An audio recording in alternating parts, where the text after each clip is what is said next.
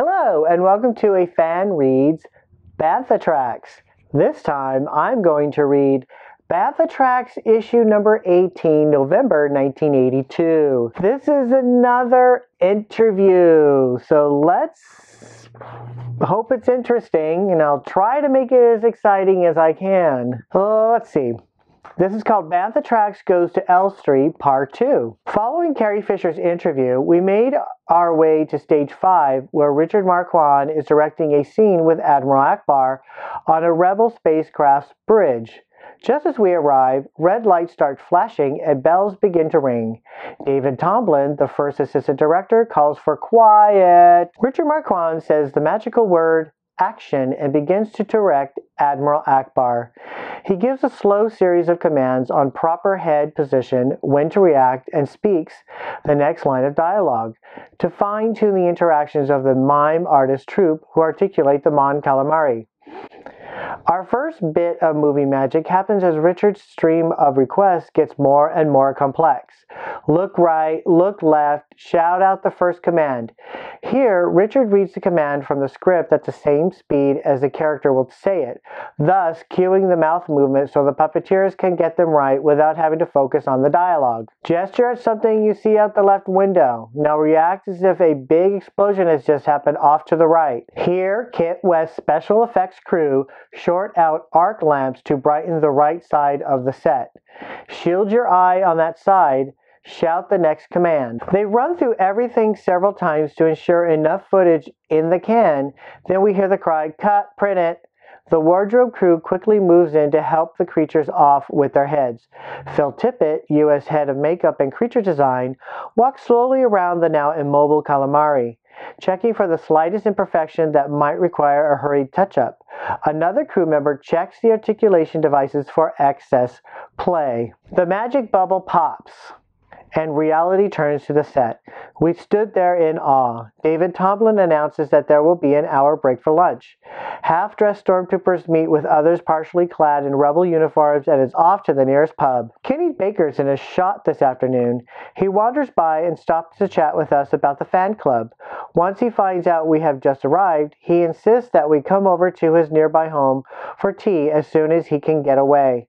Somehow we agree, still smiling. The warm glow we are feeling from actually seeing how the Star Wars saga is made lingers as we make our way back to the production offices through the coldest March weather London has had in recent years. After being warned by good English tea, Gordon Arnell, the production publicist, informs us that we will be able to interview Mark Hamill that afternoon, before Mark starts his training in stunts and sword fighting with Peter Diamond.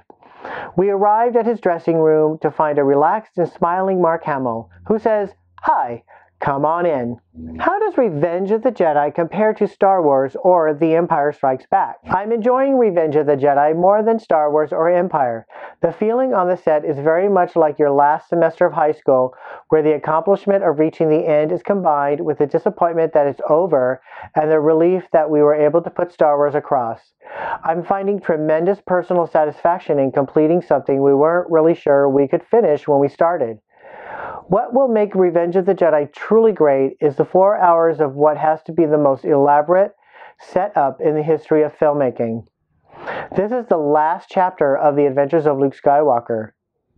So, there was no reason for us to save anything.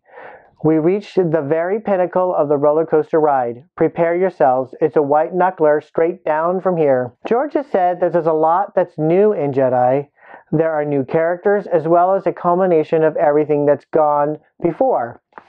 Star Wars has always been, from my point of view, Luke Skywalker's adventures, but there's a menagerie of people in our movies, convincingly like those you might find in real life, who influence and guide Luke.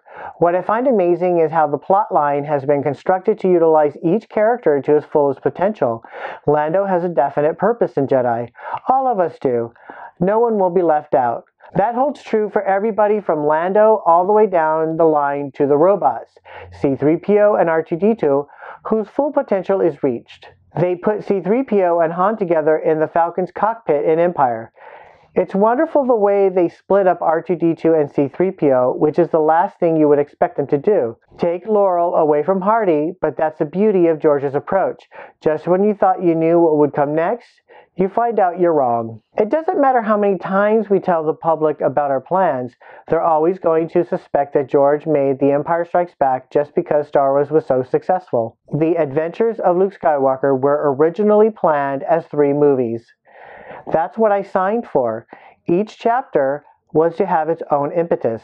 The Star Wars saga was never seen as a series of vaguely interconnected movies like the James Bond or Superman films, which are series that will stretch out into infinity as long as their producers keep making commercially successful films. Star Wars was quite successful because it was new. No movie quite like it had ever been done before.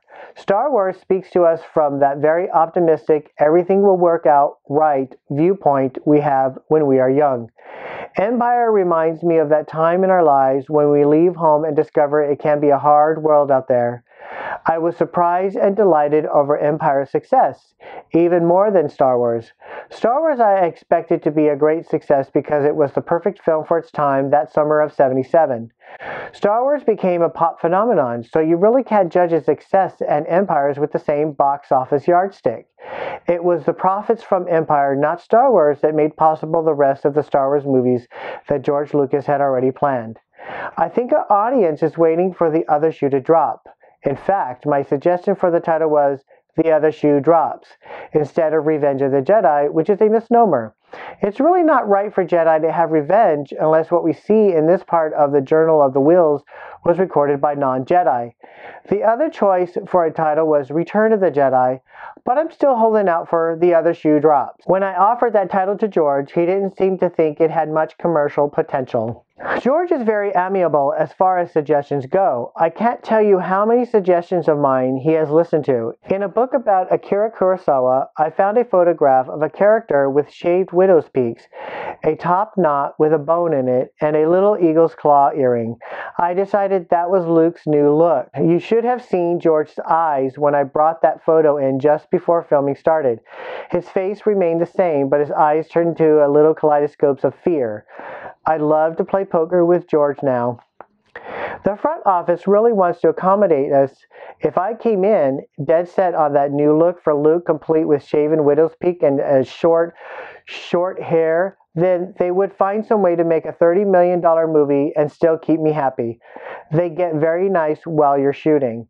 I thought Luke's hair should have been shorter, more military looking, and not quite so floppy, but George was worried that with my new costume, the total effect might come off a little too stiff and just too dark. George is great at bringing you around to see his point of view. Luke now looks more like he does in the rest of the Star Wars saga. You haven't seen my new costume. It's all black. I told George it's very Vaderish, but he said it's supposed to be. Star Wars is a self-encompassing film with a beginning, a middle, and an end. At the beginning of Star Wars, you read the scroll up. That's planned to make you feel like you missed some early chapters. You don't need that data to enjoy the picture, as little kids know. It just makes you feel like you are coming in on the second act. At the end, Vader may spin off into space, but everyone in the theater, from the 3-year-old kid in the front row to the English professor in the back, understood that it was a climax when the Death Star exploded. The Empire Strikes Back, it didn't have that kind of cathartic effect in it. It didn't achieve the same kind of a specific objective Star Wars did, other than having Luke come to terms with Darth Vader. Empire was so unlike Star Wars, it was a bitter pill to swallow. There wasn't that happy-go-lucky, triumphant feeling Star Wars left you with. Empire left too many loose ends, like Vader making Harrison Ford into a coffee table. I found the end so unsatisfying. The real climax of Empire was when Luke went to Bespin to help the princess and Han. That's when Luke failed. Some feel it was earlier when Luke took his lightsaber into the cave despite Yoda's warning. Your weapons, you will not need them. Yoda was telling Luke that in the larger scope of things, weapons were not important. In a conflict of the human element, like between father and son, your priorities have to be very clear. Luke's failure was in leaving Dagobah much too early. The confrontation at Bespin was pretty much one-sided. Luke was proficient as a swordsman, but suddenly he realized Vader had only drawn him to Bespin to lure him to the dark side. Although Vader says he is Luke's father, the audience won't know whether or not this is true until Jedi premieres. Luke and Lando have pledged to save Han. Remember, Luke's last line in Empire is, "I'll meet you at the rendezvous point on Tatooine." How physically demanding is learning to be a swordsman? Learning swordplay is like learning choreography when you do a musical. While I certainly can't improvise as a swordsman, everything within the framework of what Luke has to do I've learned by rote. It's Peter Diamond's job to make me look good. Actually, in Jedi, we're much more interested in the personal conflicts involved than in lots of flashy swordplay. It doesn't take a long, extended fight sequence for our audience to tell which swordsman is superior. In their duel on Bespin, Darth Vader was obviously the better swordsman, and although Luke got away, he paid a heavy price. In Jedi, there is a confrontation that leaves no doubt that Luke is now at least Vader's equal. This presents us with some interesting questions. If it is true that Darth Vader really is Luke's father, how can things be resolved? Luke is not sadistic. He wouldn't make Vader suffer needlessly, but can Luke kill Vader? The philosophy of avoiding a confrontation by letting things go and waiting for exactly the right moment to act can be seen in Obi-Wan Kenobi's actions in the Mos Eisley Cantina, when Snaggletooth bothers Luke. Snaggletooth? Ben tries to avoid trouble by saying, "This little one's not worth the effort. Come, let me buy you a drink." As if to say, "We'll sit, we'll talk about softball." It's a very extraordinary way for Ben to act. Ben carries that attitude right up to the last moment when, if he hadn't acted, Luke would be dead or injured, and so would Obi-Wan. How has Luke developed, and how has Mark Hamill developed through the Star Wars saga? Luke's character undergoes a natural progression from farm boy to contender to champ, and that is the central theme of the entire adventures of Luke Skywalker. Luke had a lot of anger in him in Empire, which suited the film. Luke has grown up in Jedi. He has come full circle and develops an Obi-Wan-like inner strength. I don't like to play the same character over and over again, but Luke changes so much that I'm never repeating myself. The personal parallels are great. Luke is swept up in the adventure of Star Wars just like I was in my film career. In Empire, I felt like I had something to prove. This time, I'm more willing to just relax and enjoy myself. I love this film, and I'm going to be very sorry when it's over, not seeing all these people as often as I would like. Do you have any anecdotes? When we finished Star Wars, I said if I could ever work with George again, I would.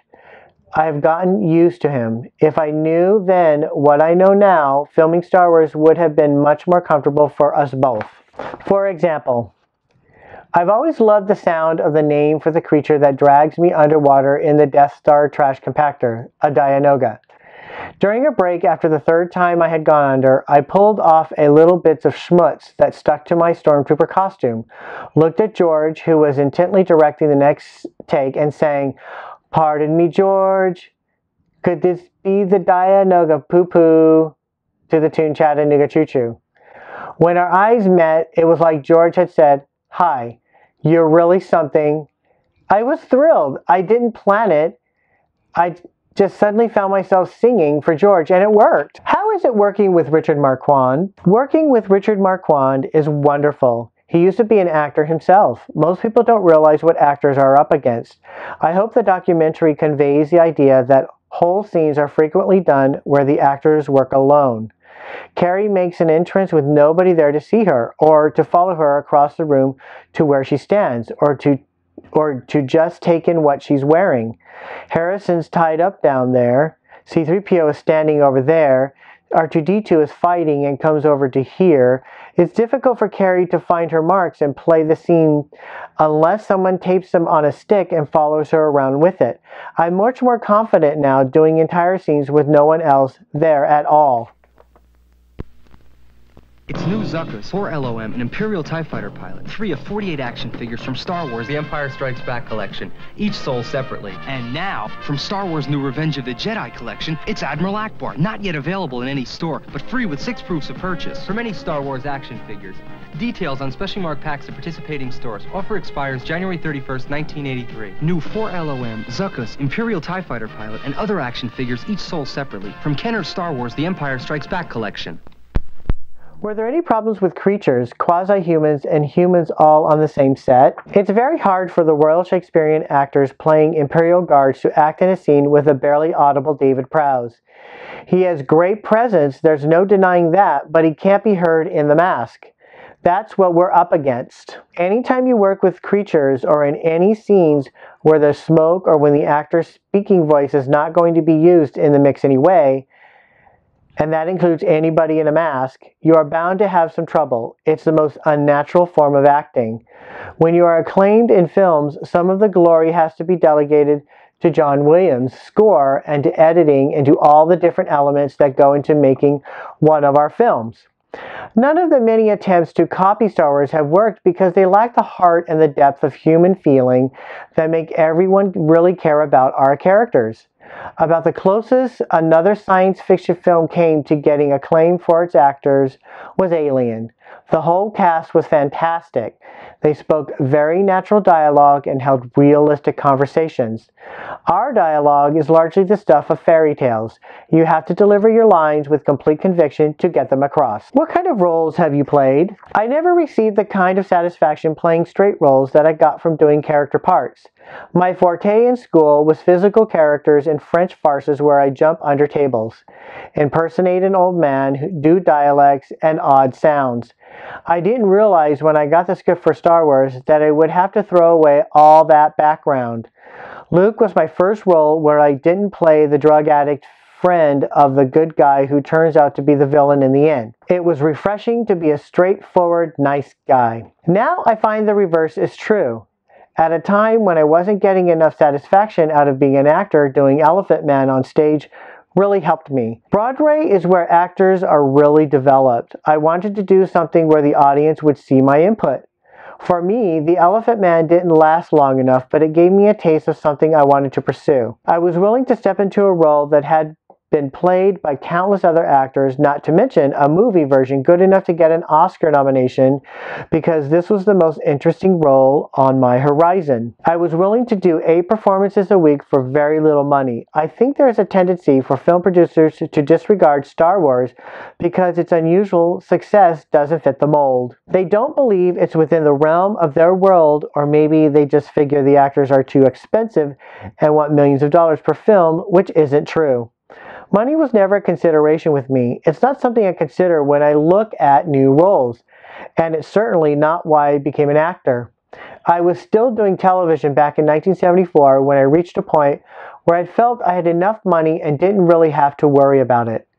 I wasn't thinking about 10 years down the road, but for the next 3 years, I didn't have to work. Now I don't do everything. I only do a certain amount of television. I did Corvette Summer for a pittance because it was such a great script and I loved the part. But hey, I'll work cheap. Your agent just had a coronary. You have to separate yourself. There's the artist and then there's the businessman. This is the businessman speaking. Elephant Man opened up a whole new realm for me. In 3 weeks, attendance rose from 32% to 89% of capacity. I was very happy with that. From the stage, a 65% full house looks completely full. So in the last 2 weeks, we looked packed every night and matinee. It was a real shock to be closed, but that is not something I think about. I only worry about being the best I can. I have always liked acting because it's so much fun. When Star Wars came out, suddenly I was a typecast movie star. Now, I'm not concerned when I don't have my next movie lineup. I would rather wait for something good. That's what happened for Harrison with Raiders of the Lost Ark. I loved Raiders, but of course it has ruined all my anecdotes about reptiles. I have stories about how many I had to work with on Empire, and then Raiders ruined all my best stories. I didn't mind the snakes that much, I just didn't like to handle them. You're cautious with snakes, just like you're cautious around any animal. I was all right until one bit me. That set me back. I was pulling snakes from the X-Wing's engines. The handler told me to hold them about 18 inches from the head so the snake would writhe around and everybody would see it's not rubber. The first one was shedding his skin and had secreted this milky liquid which had blinded him. Every time I touched him, he flinched, so I flinched. I still think that's some of the best acting I've ever done. I looked so calm, and yet inside I was going, yuck. The snake bit me on the 8th take and drew blood. He wasn't poisonous, of course, but the idea of actually being struck is really scary. The snake handler said he didn't so much bite you as sort of nicked you. Hey, I said, let's not get into semantics right now. He got his little snaky lips all over my hand and now I'm bleeding. It was terrible. The whole film is constructed to make me look like a hero and I'm running around yelling, "Yow, he bit me," in front of everyone. When you're involved in something that takes off like Star Wars, you constantly reassure yourself that everything is the same as it was, that you are the same, that Harrison's the same, that Carrie's the same, that it's just a movie. You want to assure yourself that everything is still normal and in a way that worked against my being able to enjoy the experience. I should have been able to enjoy the success and have a whole lot of fun, but as I said at the beginning of the interview, I'm really enjoying Jedi and I have a good feeling about this. The fans will too. Well, that was a very good interview with Mark Hamill.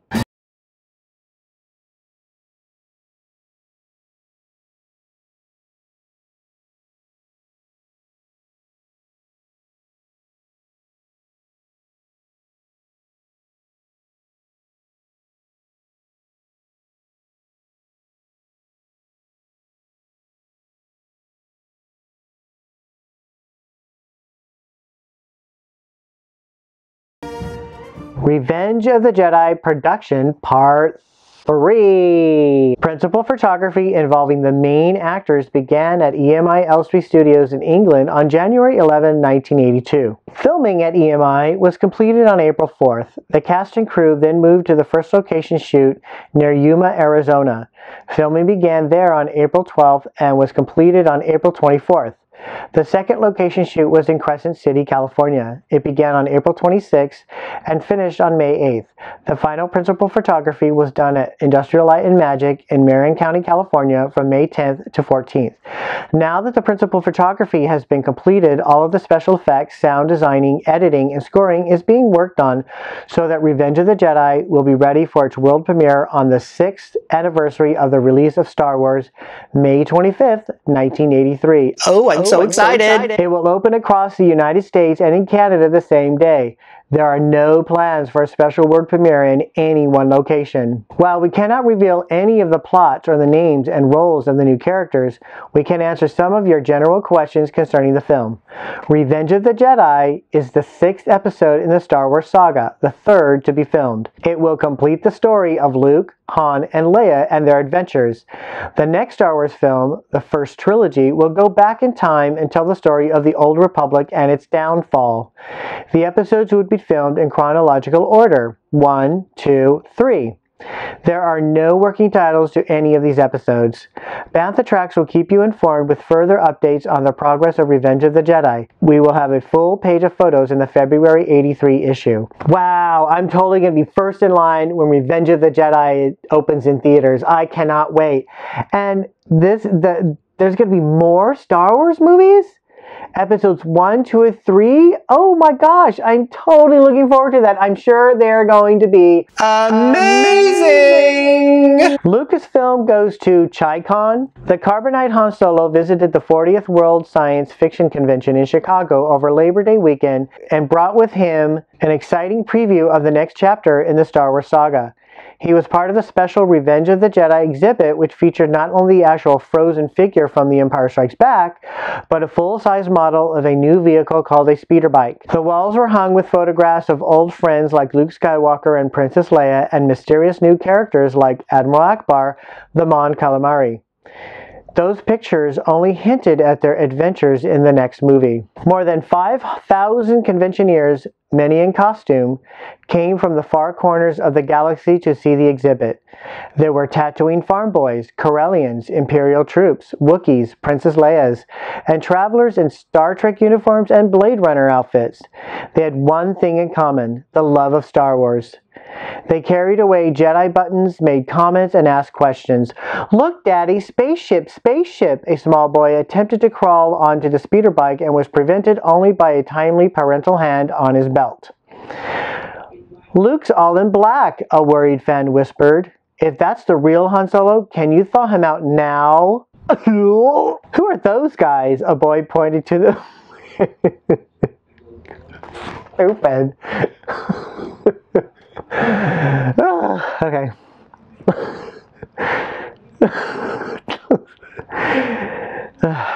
Who are those guys? A boy pointed to the menacing photo of the Emperor's Red Guard. Could you faint and cause a disturbance so I can steal Han's picture? What's a Jedi? A child inquired, staring at his Revenge of the Jedi button. On Saturday, September 4th, convention attendees sat entranced for an hour as Revenge of the Jedi producer Howard Kazanjian and Lucasfilm Senior Vice President of Marketing Sidney Gannis hosted the hour-long presentation on Revenge of the Jedi. Howard showed slides of the principal characters, behind-the-scenes shots, and live-action shots. Sidney showed an 11-minute film, The Making of Jedi Monsters, which he produced especially for the convention. Howard and Sidney then fielded questions. Many fans tried to get them to reveal the identity of the other, or whether or not Darth Vader was really Luke's father, but their response was always the same. All your questions will be answered on May 25th, 1983. The Revenge of the Jedi slideshow presentation received an ovation, and attendees left pleasantly uninformed, with smiles replacing earlier questioning frowns. May 25th seemed a long time to wait for Revenge of the Jedi. However, those of us who were at ChiCon 4 and who shared in the fun, excitement, and laughter know that the wait will be worthwhile. The best is yet to come. What else is in here? More stuff to buy. More stuff to buy. More stuff to buy. Profile. Over the past 5.5 years, Mirana Cadaret has been working with ceramics, a clay-based art form. She works mainly from her imagination, creating various ceramic people. These include checker players hunched over a playing board, ballet dancers paused in misstep, and several well-known musicians performing at their pianos. Recently, Mirana started working on a Star Wars collection, which we have pictured here. She says she based her work on all the photos, newspaper clippings that I can get my hands on. Each of Mirana's figures is highly detailed. The lightsabers glow with the aid of light reflective tape. Yoda's hair is made from individual feather veins. George Lucas has a watch ring, glasses, lens, and notes in his back pocket. Both R2 and Darth Vader are partially glazed to achieve the proper shine. The design of the bases also reflects this attention to detail. Luke, R2, and Yoda are situated on a base cut from a tree stump fit with appropriate foliage. Painted sawdust, green feathers, and teased fiberfill. Obi-Wan and Darth fight on a silvered carved wood grid base, the silvering reflecting light to the lightsabers. The borders are painted black and the lettering blue to retain the desired set look. When viewed separately or as a whole, Mirana has captured the essence of the characters and the spirit of the Star Wars saga. Mirana is a 23-year-old wife and mother currently living in Vermont, USA. She plans to continue with her ceramics, expanding her private pantheon, and to enter local art shows. All right, and that's Bantha Tracks issue number 18. Thank you for watching, and may the Force be with you.